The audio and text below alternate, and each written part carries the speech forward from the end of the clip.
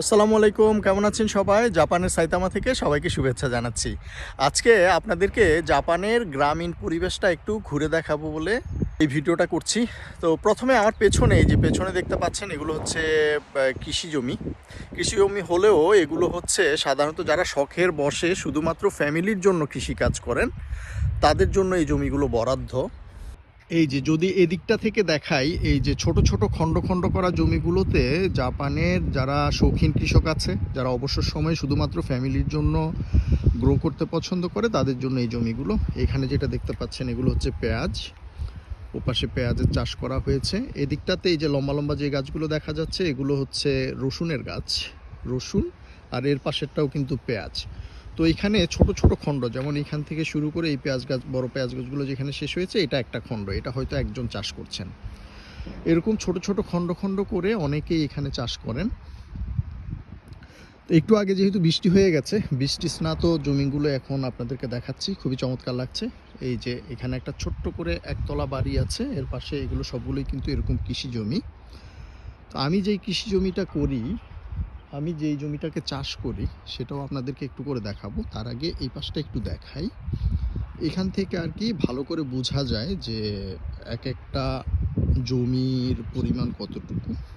এই যে এই জমিটা যেমন এখান থেকে শুরু হয়েছে, এটা এখান থেকে শুরু হয়ে একটু লম্বাটে, যেহেতু এই যে চিকন করে গেছে রাস্তার পাশ দিয়ে, এই পর্যন্ত, এই যে এই পর্যন্ত, এটা হচ্ছে একটা জমি, একজন বা একটা ফ্যামিলি হলো এটাকে চাষ করে। এর পাশে আরেকটা জমি আছে, এটা আবার আরেকজন চাষ করে। তো আর এই পাশটা হচ্ছে আমরা যে জমিগুলোকে চাষ করি, বাঙালি বেশ কয়েকজন এখানে কয়েকটা খণ্ডে। এটা হচ্ছে আমার গাড়িটা, যে এখানে রেখে, এই যে এখানে শীতকালে যেহেতু সেভাবে সবজি হয় না, অনেকে হাত পা গুটিয়ে বসে আছে। এখন টেম্পারেচার আস্তে আস্তে বৃদ্ধি পাচ্ছে, কয়েকদিন পর হয়তো মূলত এই চাষবাস শুরু হবে। এই পাশটা যদি দেখাই, এক বাঙালি ভাই এখানে এই যে জাপানি পালং শাকের চাষ করেছে, এখানে কিছুটা ধনে পাতা করেছে, ওদিকে কিছু মূলা গাছ আছে, এই যে এখানে বাঁধাকপি আছে।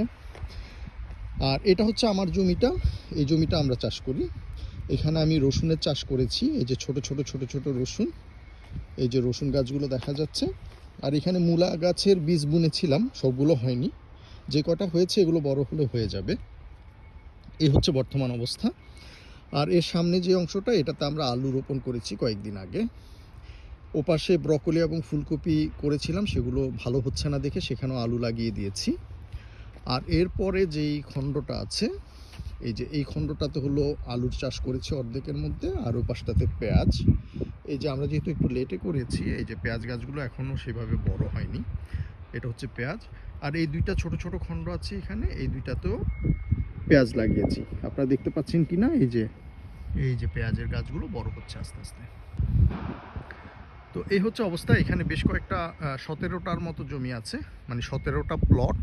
এই 17টা প্লটের মধ্যে 16টাই বাঙালি আমরা যারা আছি তারা চাষ করে, আর একটা মাত্র জাপানিজ এক ফ্যামিলি চাষ করেন। তারপরে এই যে দেখুন, গ্রামীণ পরিবেশে এই ধরনের বাড়িগুলো থাকে। এই যে যেহেতু শীতের মৌসুমে কিছুই হয় না, অধিকাংশ জমি খালি পড়ে আছে,